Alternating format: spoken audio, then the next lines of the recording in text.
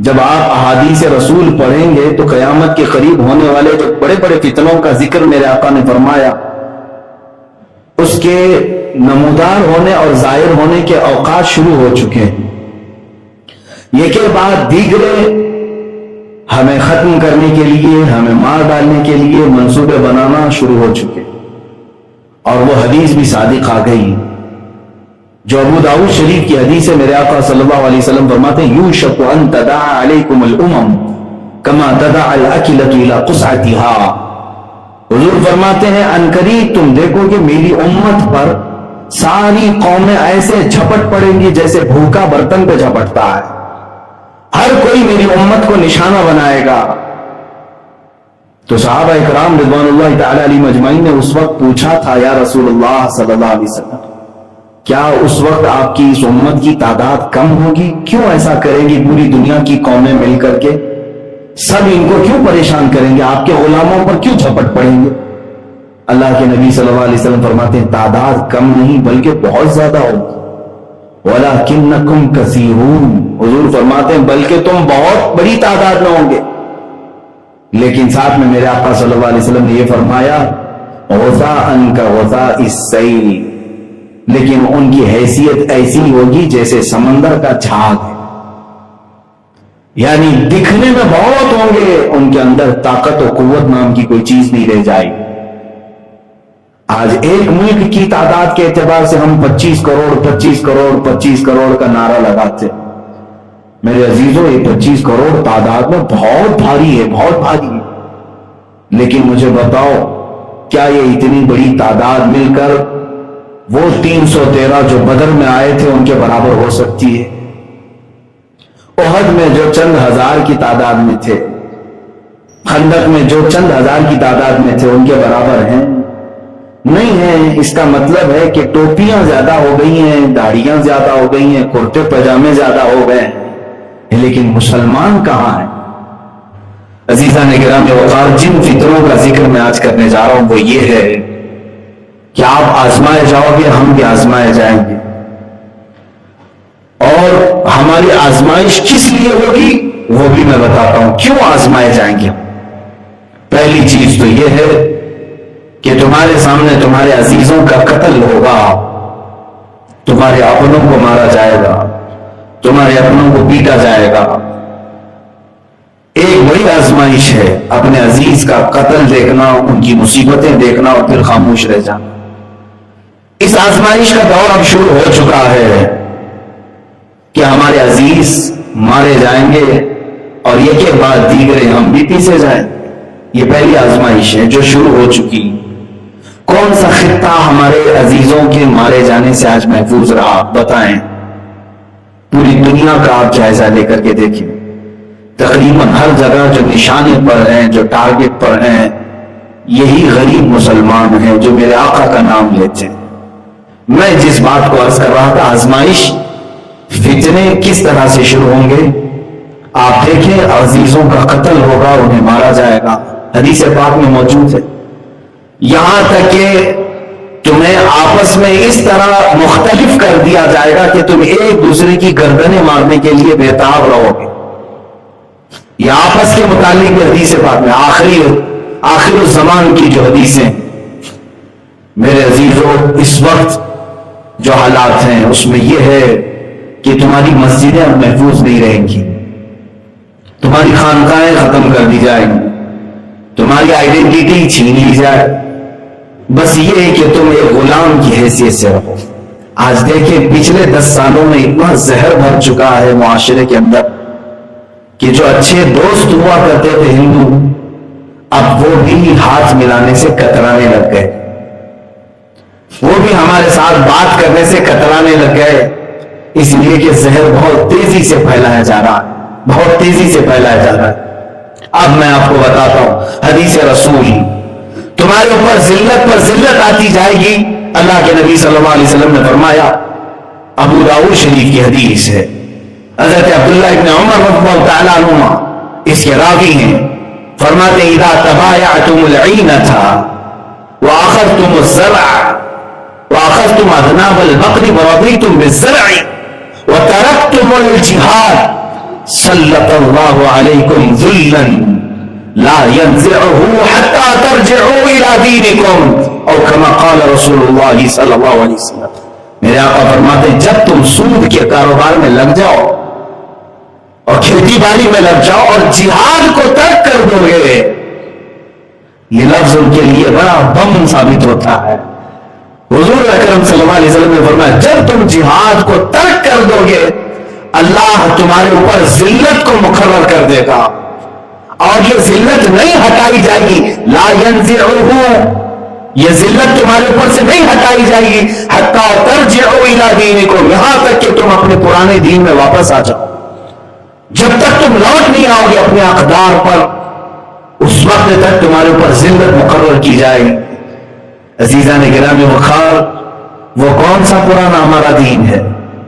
وہی صحابہ کرام رضوان اللہ تعالی علیہ مجمعین کا، صحابہ کے بعد تابعین کا. میرے عزیزوں، صحابہ کرام رضوان اللہ تعالی علیہ مجمعین کو میں گناہ اور جرم سے تعبیر نہیں کروں گا، لیکن ایک بات صحابہ کی حضور کو اس قدر ناپسند ہوئی کہ جب کبھی اسلام اور سفیر اسلام پر حملہ ہو تو گھر میں بیٹھنے کا حق ہی نہیں، اور جو بیٹھا رہا صحابی بھی کیوں نہ ہو اس کا بائیکاٹ حضور نے کر دیا. اب مجھے بتاؤ، صحابہ کا جب حضور صلی اللہ علیہ وسلم 40 دن تک بائیکاٹ کرتے ہیں صرف اس بنیاد پر کہ تم نے اسلام پر آنے والی آنچ کا مقابلہ کیوں نہیں کیا، تو پھر ان تمام گدی نشینوں کا کیا حال ہوگا، خانخواہوں کا کیا حال ہوگا، جو بڑے بڑے اپنے اکابر ہیں ان کا کیا حال ہوگا؟ کیا ان سے سوال نہیں ہوگا؟ اللہ کے نبی صلی اللہ تعالی علیہ وسلم فرماتے ہیں افضل الجہاد کلمۃ حق عند سلطان جائر، سب سے افضل جہاد حق بات بولنا ظالم بادشاہ کے سامنے، ظالم بادشاہ اور ظالم حکومتوں کے سامنے حق بات کا اعلان کرنا یہ افضل جہاد ہے. میں اس جہاد کی دعوت دے رہا ہوں علماء ربانیین سے اور صوفیہ اکرام سے، مرشد اور مشائخ جو موجود ہیں ان سے، کہ اس جہاد کا تو استعمال کر سکتے ہو کہ حق بات تو آپ بیان کریں. حق بات بیان کرنے سے کس بات کا خوف ہے؟ کیا ساری چیزیں لٹ جانے تک ہم خاموش بیٹھے رہیں گے؟ عزیزان گرامی وقار، یہ ذلت ہمارے اوپر مسلسل طاری کی جانے لگے گی. عزیزان گرامی وقار، یہ گھیرے آپ تنگ ہوتے چلے جائیں گے. آگے کے دن وہ مجھے نظر آ رہے ہیں جب سانس لینے کی بھی دشواریاں ہمیں پیدا کر دی جائیں. کون مسجد میں آ سکتا ہے، کون پڑھا سکتا ہے، اس کا بھی ڈکلیریشن ہونا ابھی باقی ہے. سارے لوگ حکومت کی نظر ہو جائیں گے. اب کوئی ڈیموکریسی، کوئی جمہوریت کا نام باقی رکھنے کا ان کا ارادہ نہیں، صرف ڈکٹیٹرشپ ہوگی، بادشاہت ہوگی، رولنگ ہوگی. تمہیں کسی کو بات کرنے کا حق نہیں. اسی لیے جب تک آزادی ہے تمہیں بولنے کی، اپنے حقوق کا مطالبہ تو کرو. کم از کم مرنے کے بعد اللہ کے رسول صلی اللہ علیہ وسلم کی بارگاہ میں اتنا تو کہہ سکو گے کہ ان تمام مظالم کے خلاف میں نے آپ ہی کے منبر سے آواز تو اٹھایا تھا. خاموش رہو گے تو پھر ہر ایک کی پکڑ ہوگی، ہر ایک گرفتار ہوگا. عزیزان گرامی وقار، ان فتنوں کے زمانے میں آپ کا کیا رول ہونا چاہیے؟ پہلی چیز تو یہ ہے، رسول پاک صلی اللہ تعالی علیہ وسلم نے جو حدیث میں بیان کیا ہے وہی چیز میں تمہیں بھی کہوں گا، حتی ترجعوا الی دینکم. یہ ذلت تمہارے سروں سے نہیں ہٹے گی جب تک تم اپنے پرانے دین میں نہیں آ جاؤ. یہ حضور نے جب فرما دیا تو تمہیں اپنے اسی دین میں واپس لوٹنا ہوگا. تم اس دین کو ایسا ماڈرنائز نہ کرو کہ اس کی روحانیت ہی ختم ہو جائے. جیسے آج کے بعض لبرل لوگ اسلام کا چہرہ ایسا پیش کر رہے ہیں جیسے کہ اس میں منافقت ہے. اسلام ایک مقدس دین ہے، اس میں کسی چیز کی کمی نہیں. جب تمہیں خود اس بات پر یقین ہو جائے گا تو پھر دیکھنا حالات خود بخود صحیح ہو جائے. مجھے ایسا لگتا ہے کہ تمہیں خود ہی شک ہے. اسلام میں آنے کے بعد اگر شک نہیں ہوتا تو آپ اپنے آپ کو دوسروں کی طرح نہیں بناتے. آپ نے اپنے آپ کو چینج کر لیا ہے دوسروں کے خوف سے. حضور پاک صلی اللہ تعالی علیہ وسلم کی سنتیں اٹھا کر پھینک دیا. آپ نے دوسروں کے لباس پہننے میں فخر کیا. اپنے چہرے کو صاف کرنے میں فخر کیا صرف اسی لیے کہ دوسری قوموں کو ہمیں راضی کرنا ہے. پھر بھی تو یہ تم سے راضی نہیں ہو سکے, آج تک یہ تم سے راضی نہیں ہو سکے.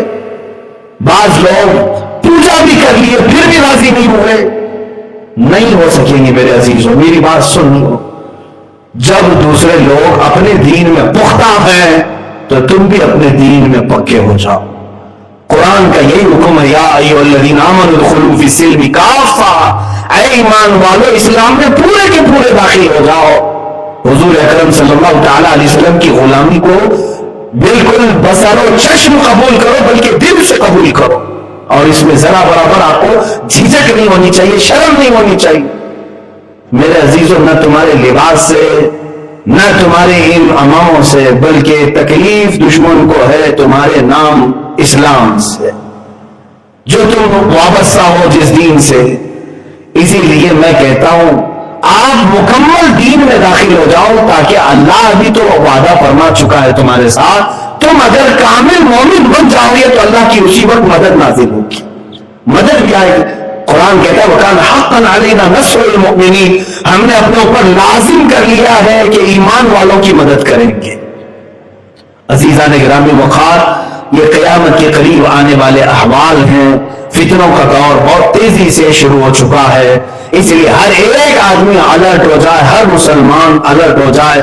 سوائے تمہارے پاس ایک آپشن کے کچھ نہیں بچا, وہ آپشن ہے تم دین میں واپس مکمل داخل ہو جاؤ, یہی ایک آپشن ہے. اور اگر تم در در کی ٹھوکریں کھانے پر راضی ہو تو پھر تمہارے سے میرا کوئی خطاب بھی نہیں ہے, تمہاری اپنی مرضی ہے. لوگوں کی ٹھوکروں پر جینا چاہتے ہو, تمہارے ٹکڑے کر دیے جائیں, تمہارے عزیزوں کو مار دیا جائے, تمہارے دین پر مسلسل حملے کیے جائیں, قرآن کو بینڈ کرنے کی باتیں کی جائیں.